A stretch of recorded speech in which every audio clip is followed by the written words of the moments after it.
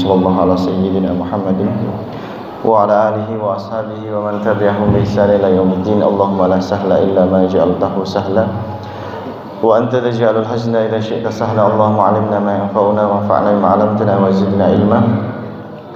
Alhamdulillah, bapak-bapak sehat sedaya. Alhamdulillah. Ibu-ibu mudah-mudahan juga tetap sehat dan juga maha santri. Sengaja kita undang karena hari ini tidak ada pelajaran. Jadi pelajarannya adalah rumus mendidik anak di dalam surat Ali Imran. Jadi persiapan nyicil kitab nikah ya. Persiapan nyicil kitab nikah dulu. Iya, alhamdulillah. Jadi yang pertama, yang paling utama kita mohon doa restu kepada para wali, Bapak Ibu semuanya, karena anak-anak tadi yang tampil di sini sebenarnya bukan berarti yang apa istilahnya ya, yang lain itu tidak bisa, bukan seperti itu. Tapi tetap nanti insya Allah kita berniat nawaina, kita berniat semuanya kalau event ini nanti akan apa istilahnya semakin diperbaiki, dikembangkan, diakses ke lembaga-lembaga terkait seperti Kemenag, kemudian lembaga pendidikan dan juga mungkin MUI dalam rangka untuk mengevaluasi program-program yang sifatnya pemberdayaan SDM terutama untuk anak-anak kita ya. Jadi nanti yang tampil di sini sementara ini mewakili dari TPQ Ar-Royan, sementara yang belum tampil di sini bukan berarti tidak mewakili, tapi nanti akan kita berikan kesempatan di waktu-waktu yang akan datang, di event-event yang akan datang. Kemudian juga insya Allah program ini akan coba kita maksimalkan tentunya bersama dengan para pengurus TPQ dan juga para pengurus pondok. Insya Allah dari para pembina dan pengurus pondok juga akan membantu.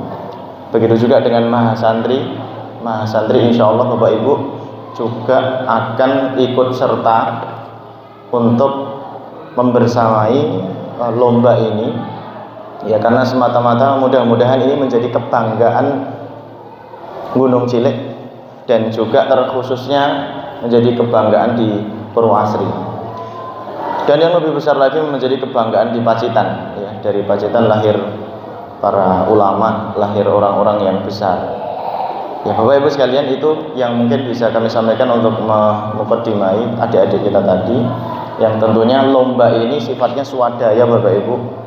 Swadaya itu ya anak-anak kita, mahasantri kita amanahkan untuk latihan silaturahmi ke para donatur, silaturahmi ke para tokoh, minta doa restu sekaligus ya minta apa istilahnya ya ikut serta mereka di dalam andilnya kegiatan ini. Dan alhamdulillah biiznillah dengan izin Allah mereka sudah berhasil mendapatkan nominal dana sesuai dengan kebutuhan yang kita harapkan insya Allah Bapak Ibu sekalian. Dan tadi pagi juga sudah technical meeting, kita tinggal pelaksanaan lomba di tanggal 30 Oktober nanti di hari Ahad, yang mudah-mudahan nanti para undangan dari Bapak Kemenag dan juga Muspika Kecamatan Kebun bisa menghadiri kesempatan ini, kesempatan yang sangat berharga dan yang sangat baik ini. Itu yang bisa kami sampaikan dalam mukadimah ini. Kemudian kita akan mengkaji untuk ngalah berkah ya istilahnya. Ini merupakan rumus. Namanya rumus itu kalau kita gunakan ya berarti menjadi ringkas. Kita gunakan menjadi ringkas, kalau tidak kita gunakan menjadi panjang. Jadi dengan adanya rumus, harapan kita bisa mendidik anak-anak kita sesuai dengan apa yang dilakukan oleh mereka, para bapak-bapak, para ibu-ibu, para ummahat yang dulu pernah terjadi dalam kehidupan ini dan Allah abadikan dalam Al-Quran. Jadi mungkin Bapak Ibu atau mahasantri pernah dengar surat Ali Imran ya, surat Ali Imran insya Allah yang akan kita bahas mulai dari ayat 35 Di dalam surat Ali Imran ini, kenapa sih dikatakan Ali Imran? Jadi ada di dalam Al-Quran itu nama surat yang itu menamakan seseorang. Ali Imran itu nama seseorang. Kemudian Luqman itu juga nama seseorang. Jadi kenapa dinamakan Ali Imran? Al itu adalah artinya alun. Alun itu maknanya keluarga. Dan Imran itu adalah orang yang diinginkan Allah untuk dikisahkan. Berarti Imran ini orang istimewa, sampai namanya disebutkan dalam nama surat dalam Al-Quran. Masya Allah. Berarti Ali Imran artinya keluarga Imran. Masya Allah. Imran ini memiliki istri namanya Hannah. Ya, Masya Allah. Mereka berdua seorang yang taat, yang sudah lama menjalin pernikahan, lah kok qadarullah belum mendapatkan keturunan. Allah belum mengizinkan mereka berdua ini mendapatkan keturunan. Padahal namanya keturunan itu, Bapak Ibu sekalian, itu permata yang luar biasa. Ya, namanya keturunan itu permata yang kita dambakan dari pernikahan, kan seperti itu. Nah, ini keluarga Imran ini bersama dengan istrinya Hannah ini sudah berpuluhan tahun menikah, sampai akhirnya menjelang tua itu belum mendapatkan keturunan. Nah, kemudian dengan adanya munajat, doa, ikhtiar, bertemu dengan para tabib, ya para kalau sekarang dokter lah, kalau dulu namanya tabib, ya tabib itu seperti orang yang pakar dalam bidang kesehatan, konsultasi, semua sudah dilakukan, itu juga belum memiliki keturunan.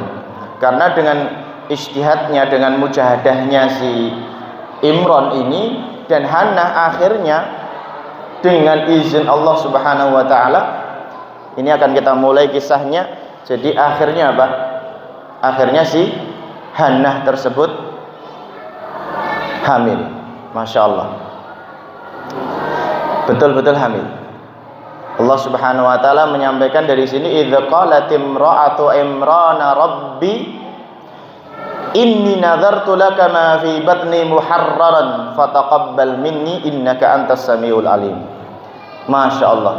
Jadi rumus yang pertama supaya kita memiliki keturunan yang baik atau memiliki anak yang istimewa seperti anaknya Imran, ya, anaknya Imran ini istimewa sekali karena nanti anaknya juga disebutkan di sini di dalam Al-Quran.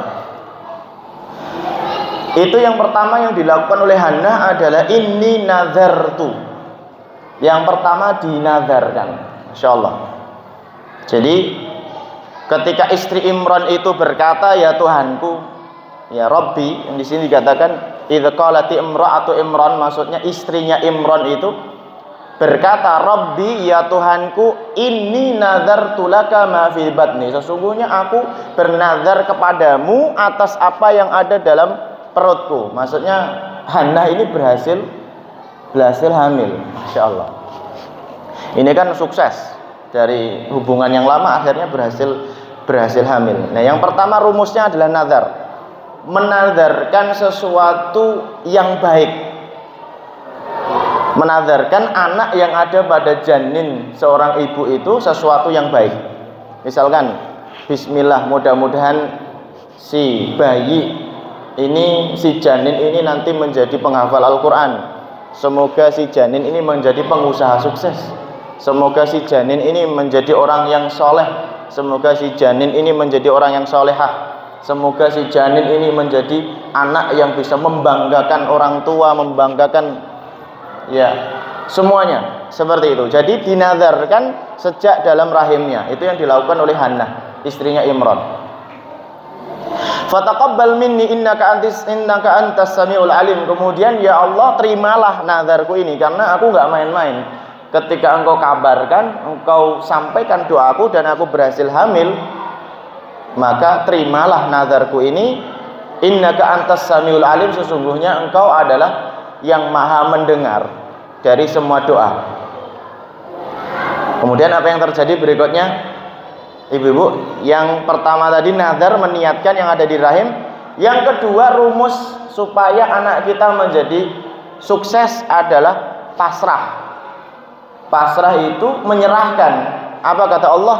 falamma wada'atha qalat rabbi inni wada'tuha untha wallahu a'lamu bima wada'at wa laysa dzakaru kal untha wa inni sammaituha Maryam. Yang kedua pasrah. Jadi nek sudah hamil kemudian kita nazar sama Allah, ya Allah mudah-mudahan jadi anak soleh, jadi pengusaha sukses, jadi orang kaya yang berhasil, jadi orang yang wibawa seperti itu, tidak seperti saya bapaknya atau saya ibunya, lebih mulia anakku pokoknya seperti itu. Yang kedua pasrah. Pasrah itu terima, baik yang nanti lahir dari perut kita itu laki-laki maupun perempuan. Jadi betul-betul terima. Dulu kalau saya boleh cerita ini Pak, ini pengalaman saya. Saya ketika istri saya hamil, yang pertama, karena memang belum punya yang kedua Pak. Jadi yang pertama, itu saya meniatkan untuk punya anak laki-laki, luar biasa Pak. Punya anak laki-laki itu sejak saya sekolah di Yaman dulu. Jadi bismillah ya Allah, mudah-mudahan nanti saya punya anak itu laki-laki, biar nanti bisa meneruskan riwayatku. Maksudnya riwayat jadi guru lah, riwayat jadi guru ngaji lah, paling tidak neruskan pondokku lah begitu. Jadi sampai punya pikiran seperti itu. Atau mungkin karena pikiran yang salah, akhirnya yang lahir padahal. Dan juga yang kedua, nggak main-main ini Mbak. Saya itu hampir setiap subuh itu membaca surat Yusuf. Biar anakku ganteng Mbak. Jadi surat Yusuf itu kan biar anaknya ganteng kan begitu. Itu setiap subuh tak bacakan ruqyah surat Yusuf. Masya Allah.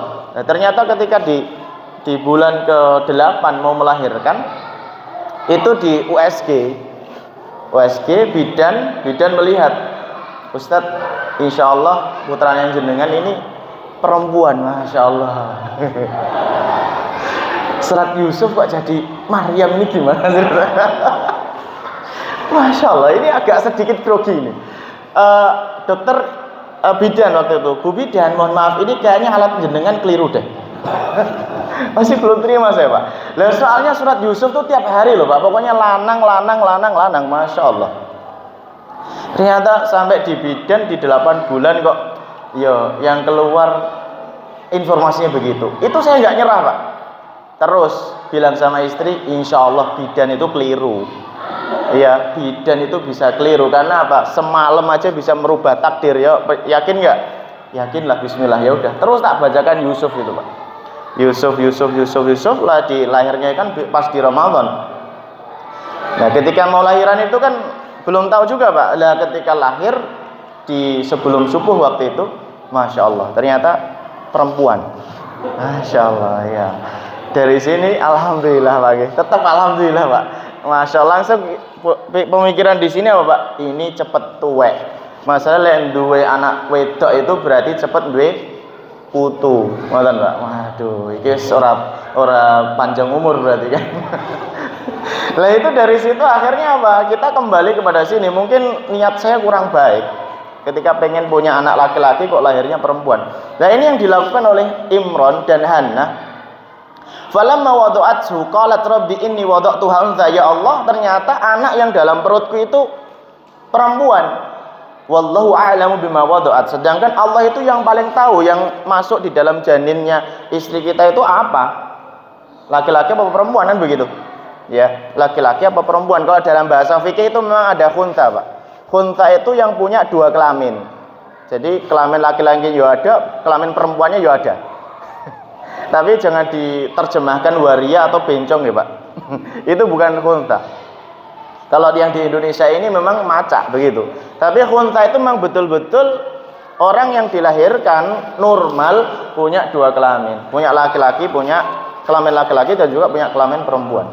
Nah, ketika ini Hannah terima dengan apa yang Allah berikan. Walaysa dzakar kal untha. Dan tentunya laki-laki itu tidak sama dengan perempuan. Dalam segi kepemimpinan, dalam segi akal, dalam segi harta warisan sekalipun itu tetap berbeda antara laki-laki dengan perempuan. Kemudian Allah Subhanahu wa taala langsung kasih nama wa inni samaituha Maryam. Maksudnya apa? Allah kasih nama di sini bukan berarti langsung ceprot cengir namanya Maryam, enggak. Allah kasih bisyarah, kasih nama Maryam. Dan betul, ini dia lahir seorang perempuan suci yang kemudian hamil. Masya Allah, sudah pernah dengar ya ceritanya Maryam. Jadi Maryam itu orang tuanya, keluarganya Imran, yang sering kita dengar Maryam. Surat Maryam nanti juga ada. Jadi bapaknya namanya Imran, ibunya namanya Hannah, pamannya namanya Zakaria. Pamannya Maryam itu namanya Zakaria, dan anaknya Zakaria itu Yahya. Nah itu nanti insya Allah ada di sini semua. Kemudian setelah itu, wa inni samaituha Maryama wa inni u'idzuha bika wa dzurriyyataha minasyaitonir rajim. Yang pertama tadi, cara supaya jadi anak soleh adalah nazar. Yang kedua, terima qanaah apa yang Allah izinkan dalam janin itu seperti apa.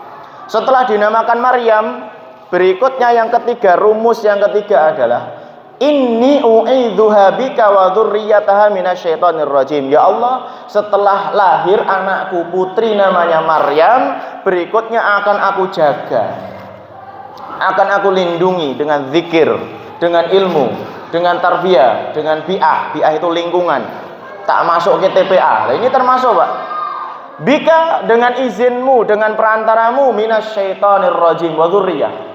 Saya niatkan anakku masuk TPA, anakku ketemu orang soleh, anakku ketemu guru, anakku ketemu orang alim, anakku ketemu guru TPA, dalam rangka supaya anakku dan nanti dia berkeluarga dan punya cucu dan anak cucunya terlindungi daripada syaitonir rajim. Masya Allah, terlindungi dari syaitan. Makanya orang kalau sudah terlindungi dari syaitan aman, insya Allah, aman, sejahtera. Nah di sini, wa inni u'idzuha bika wa dzurriyyataha minasyaitonir rajim. Itu yang dilakukan Hannah. Ini rumus yang ketiga. Berikutnya, fataqabbalaha rabbuha biqabulin hasanin. Yakin, ya, yakin kalau Allah itu menerima. Jadi ini yang keempat, rumus yang keempat, yakin kalau Allah menerima dari ikhtiar, dari usaha yang kita lakukan. Fataqabbalaha rabbuha biqabulin hasanin fa'ambattaha nabatan hasanan. Nah, berikutnya Allah Subhanahu wa taala ketika menerima, lah ini hadiah. Jadi konsepnya begini Bapak Ibu. Kita itu kalau sudah berniat dengan niat yang kuat, segala apa? Amal ibadah, amal kebaikan, amal soleh, didik anak itu termasuk amal soleh. Niatnya kuat, kenceng. Ya Allah, pokoknya anakku kudu jadi anak yang soleh. Kalau engkau tidak solehkan, saya tidak siap ya Allah. Nah coba bayangkan, seperti itu loh Pak. Niat kenceng tuh sampai kayak gitu loh. Kalau anakku tidak engkau sukseskan, aku nggak siap ya Allah. Kalau anakku tidak engkau tuntaskan dari perekonomian, tidak engkau tuntaskan dari suksesnya belajar, tidak engkau tuntaskan dari kehidupan sosialnya, aku nggak siap ya Allah. Itu namanya niat yang kenceng.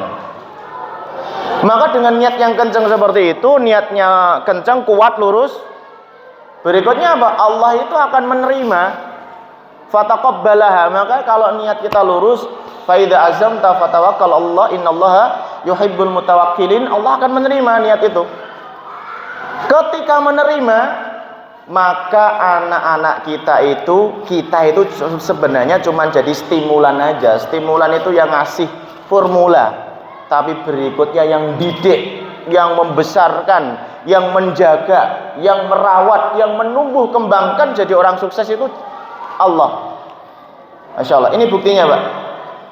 Wa ambataha nabatan hasana. Kemudian siapa? Maryam ini Pak.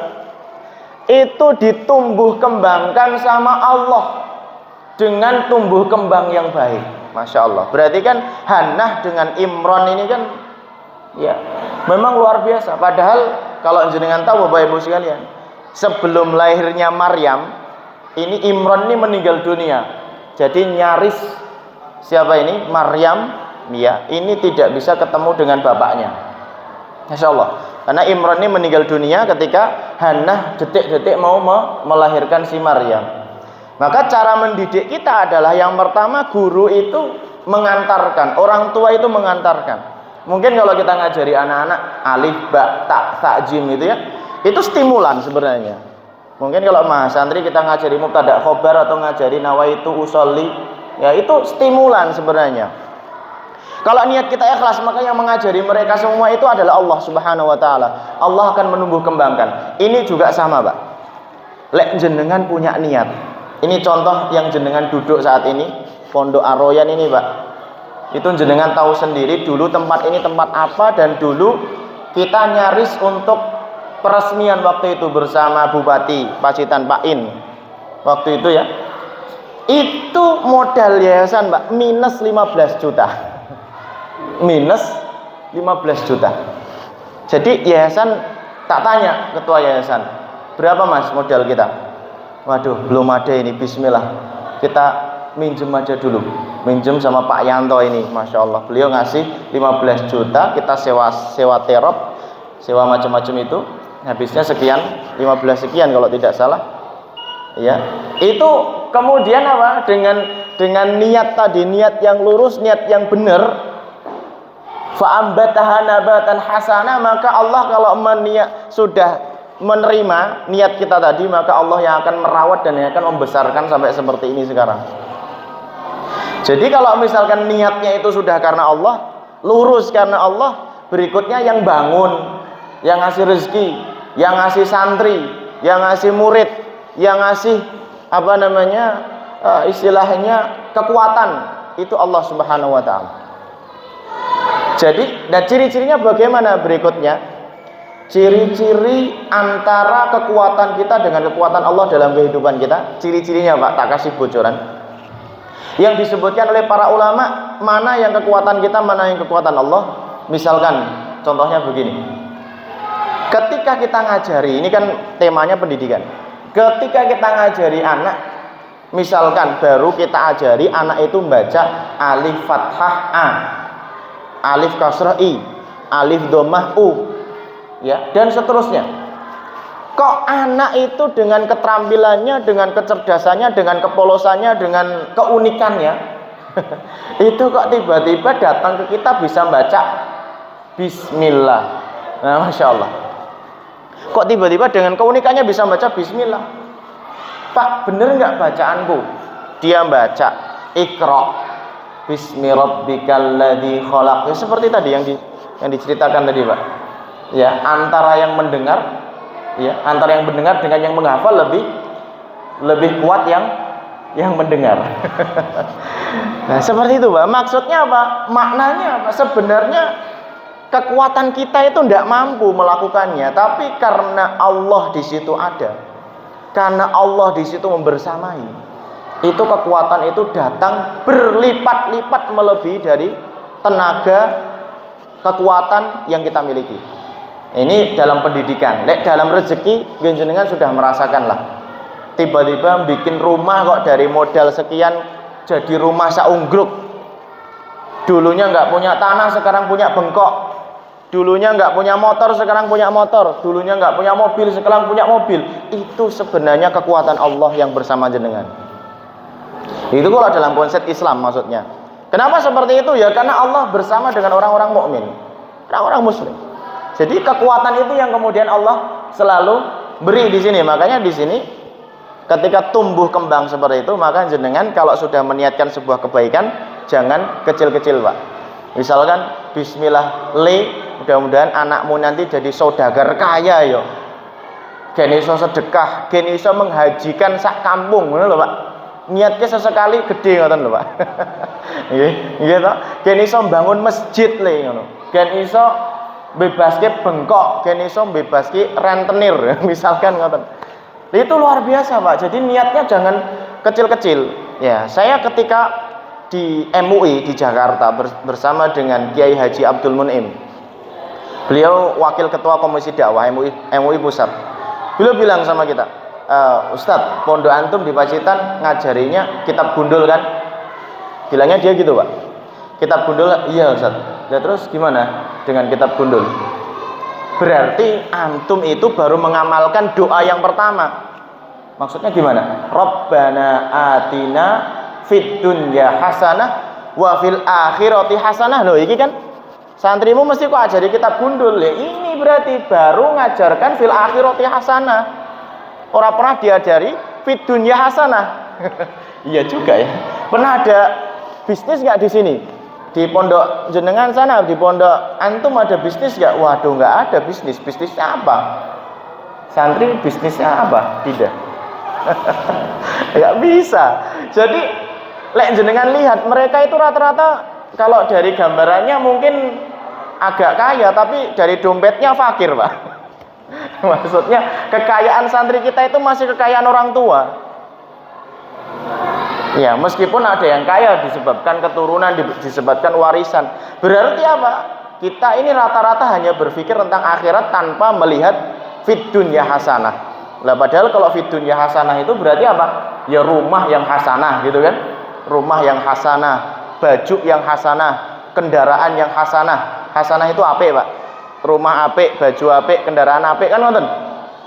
Isi dompet yo hasanah gitu. Isi dompet yo hasanah. Lah itu ndak pernah dibahas di pondok pesantren. Nah itu ketika disinggung seperti itu ya saya cuma ngangguk-ngangguk. Nah berarti nanti rata-rata kader-kader kita itu ya lulusan-lulusan pondok itu ya mereka rata-rata nggak punya duit gitu loh. Nggak ada isi dompet itu. Masya Allah, saya terdiam, Pak. Saya berpikir termenung ya juga. Tapi pemikiran berikutnya bisa nggak sih kalau kita memadukan antara nyari duit sama belajar ilmu gitu loh. Masalahnya santri kita itu lek sekarang ngafal nanti sore lupa, Pak. Itu masalah berikutnya. Lah kalau misalkan disuruh nyari duit sambil bisnis dari siang kemudian sampai malam, apa istilahnya, bisnis paginya belajar. Nah itu ada kendala di situ. Makanya ini belum bisa kita praktekkan di sini. Ini dia yang dilakukan oleh siapa? Oleh Allah Subhanahu wa taala dalam rangka menumbuh kembangkan si Maryam. Kemudian berikutnya Bapak Ibu sekalian, setelah yang dilakukan oleh siapa? Maryam ini, begitu beliau sudah lahir menjadi orang yang apa istilahnya, yang suci, tumbuh kembang. Masya Allah, Maryam ini nyaris single parent. Bayangkan, ini kisah yang sangat takjub, Pak. Saya membacanya berulang kali itu selalu takjub. Bayangkan, Bu, ini perempuan single parent, nggak punya suami, betul-betul single parent sejak lahir, tumbuh kembang besar, dirawat oleh siapa? Dirawat oleh pamannya tadi, Zakaria. Zakaria itu nabi dan rasul. Zakaria ini nabi dan rasul, nggak cuma nabi saja tapi juga rasul, Masya Allah. Dirawat sama Zakaria ini sebagai pamannya Maryam. Apa kata Allah? Kullama dakhala 'alaiha Zakariyal mihrab. Jadi karena siapa? Karena Hannah tadi sudah menadarkan, ya Allah, lahirkan dari perutku ini perempuan yang anak yang saleh, anak yang taat kepadamu. Dilahirkan Maryam, seorang perempuan yang betul-betul salehah, betul-betul abidah, ahli ibadah, yang setiap hari kerjaannya di tempat ibadah, di bilik ibadah. Kemudian apa yang terjadi? Ini singkat cerita saja. Maryam ini ternyata dengan izin Allah Subhanahu wa taala hamalat. Hamalat itu hamil. Ini, Pak, ini namanya hukum sebab akibat. Jadi Allah Subhanahu wa taala itu yang menciptakan sebab, Allah juga menghapuskan sebab. Masya Allah. Jadi nek misalkan Maryam itu, nek seorang perempuan itu bisa hamil, itu pasti karena menikah. Pasti karena adanya hubungan biologis antara seorang laki-laki dengan seorang perempuan. Pasti ada hubungan biologis. Kalau sekarang mungkin ada suntik tabung dan lain sebagainya, teknologi semakin maju, pasti adanya hubungan biologis. Lah tapi Maryam ini bisa hamil tanpa ada satupun laki-laki yang menyentuhnya. Masya Allah. Begitu dahsyatnya fitnah yang terjadi, begitu dahsyatnya guncangan yang terjadi pada si Maryam. Masya Allah. Maryam tiba-tiba hamil padahal dia abidah, ahlu ibadah. Kemudian si Zakaria karena paman yang Masya Allah punya tokoh namanya Nabi dan Rasul, itu membela, membentengi si Maryam. Maryam ini orang yang suci, tidak pernah disentuh oleh laki-laki. Ini karena izin Allah Subhanahu wa taala. Makanya salah satu dari tanda, ini lihat Bu. Berarti kalau misalkan si Maryam itu bisa hamil tanpa ada laki-laki yang menyentuh, berarti Allah itu bisa menciptakan sebab dan bisa menghapuskan sebab. Langsung dikai. Jenengan juga sama. Duduk doa, ya Allah berikan rezeki mobil bagus ya Allah. Misalkan apa misalkan sawah sak bengkok ya Allah, ya wis ditambahi apa padi ya Pak palawija nggih Pak. Pak tiba-tiba datang. Lah itu dilakukan ulama juga seperti itu, seperti Imam Syafi'i dengan Imam Malik. Imam Syafi'i berikhtiar lek rezeki itu ya kudu digoleki, dicari. Harus kita kerja keras, harus banting tulang. Lek Imam Malik, ora. Rezeki ki ora perlu digoleki. Rezeki itu doa. Antum doa insyaallah datang. Bener, Pak. Pengen bukti Imam Malik? Iya, bismillah, saya akan coba kerja nyari uang. Bener Imam Syafi'i kerja keluar nyari uang, kerja di kebun, ya, kerja di kebun kurma atau kebun anggur ya. Di antara keduanya itu kerja sampai akhirnya panen dan dikasih opah. Apa Pak? Dikasih opah buahnya. Ya ini Imam Syafi'i, ini kamu bawa, ini opahnya. Dibuktikan ini semangatnya, saking semangatnya, bener kan? Nek pengen dapat rezeki itu harus kerja. Bener. Bawa oleh-oleh dengan bangganya ke depan Imam Malik. Imam Malik, guruku, ini loh, saya kerja dapat rezeki. Imam Malik juga bilang, lah iki lo muridku, aku duduk di sini kok terne kurma. Aku cuman berdoa, ya Allah mudah-mudahan siang ini kayak katanya seger mangan kurma ya. Jadi Masya Allah, ini kadang juga sesuatu yang nggak rasional tapi nyata Pak. Allah itu yang menciptakan sebab tapi juga bisa mengambil sebab. Kita miskin bisa jadi kaya, kita pertama nggak tahu bisa jadi tahu, kita pertama kehidupan kita itu di kalangan bawah bisa menjadi kalangan atas, kita yang pertama itu orang yang nggak dikenal bisa menjadi dikenal. Itu dia, Allah bisa menghilangkan sebab-sebab itu. Makanya ini yang terjadi pada si Ibunda Maryam. Kemudian karena Allah Subhanahu wa taala ingin menunjukkan bahwasanya Maryam ini memang betul-betul dari Allah, janin yang ada dalam dirinya itu dari Allah. Wa kullama dakhala 'alayya Zakaria al-mihrab wajada indaha rizqa. Maka Zakaria ini tidak pernah mendapati setiap kali masuk mihrabnya, tempat ibadahnya Maryam itu melainkan ada rezeki terus. Masya Allah. Disebutkan di sini dalam Mufassir menjelaskan buah-buahan yang tidak ada di daerahnya Zakaria. Masya Allah. Di daerah mereka. Masya Allah, kok bisa? Ini buah nggak ada yang jual, nggak ada yang nanam, import ekspor juga nggak ada, kok bisa ada di mihrabnya kamu? Dari mana ini buah? Kok bisa aneh? Kok bisa unik seperti ini? Maka kemudian wajada indah rizqa qala Maryam. Qala ya Maryam. Kemudian Zakaria menanyakan kepada Maryam, ya Maryam, ya dari mana buah ini? Anna laki hadza?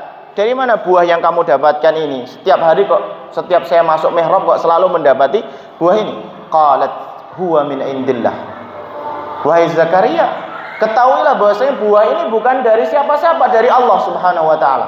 Sebagaimana janin yang ada dalam perutku itu dari Allah Subhanahu wa taala. Innallaha yarzuqu may yasha'u bighairi hisab. Sesungguhnya Allah Subhanahu wa taala itu akan memberikan rezeki kepada siapa saja tanpa perhitungan. Nek misalkan Allah memang ngasih, pasti dapat. Pasti dapat. Kemudian dengan seperti itu, ini ibu-ibu, ini boleh kita itu bertawasul dengan amal soleh. Karena Zakaria ini beramal soleh, jagain Maryam, jagain kehidupannya Maryam terjamin, terjaga. Maka Zakaria berdoa dengan wasilah amal soleh, hunalika da'a Zakaria rabbah. Maka kemudian Zakaria juga berdoa. Ceritanya Bapak Ibu, Zakaria itu juga nabi dan rasul Nabi dan Rasul dengan istrinya juga sama. Orang yang sudah lama menikah, yang sudah monopus, Masya Allah. Jadi istrinya Nabi Zakaria itu sudah monopus, yang tidak mungkin secara sebab akibat punya anak. Mustahil. Kalau misalkan secara kedokteran ya usia 40 tahun ya. 40 tahun ke atas itu kan sudah sulit. Meskipun mungkin untuk bisa hamil. Lah ini yang terjadi apa? Yang terjadi Zakaria dengan istrinya ini sama-sama sudah tua dan tidak mungkin punya anak, tapi mereka juga merindukan karena melihat siapa? Si ini apa istilahnya melihat keponakannya lahir dari Imran dan Hannah yang juga sama-sama monopos. Kan begitu. Kemudian Zakaria berdoa, hunalika da'a Zakaria rabbahu qala rabbi habli min ladunka dzurriyyatan thayyibatan. Ya Allah, aku berdoa kepadamu ya Allah, berikan kepadaku min ladunka dari apa yang kau miliki, dzurriyyatan thayyibatan, anak keturunan yang thayyib, yang baik, yang soleh dan solehah. Innaka sami'ud du'a, engkau maha mendengarkan doa, engkau maha mendengarkan permintaan setiap hambanya. Maka kemudian apa yang terjadi Bapak Ibu sekalian?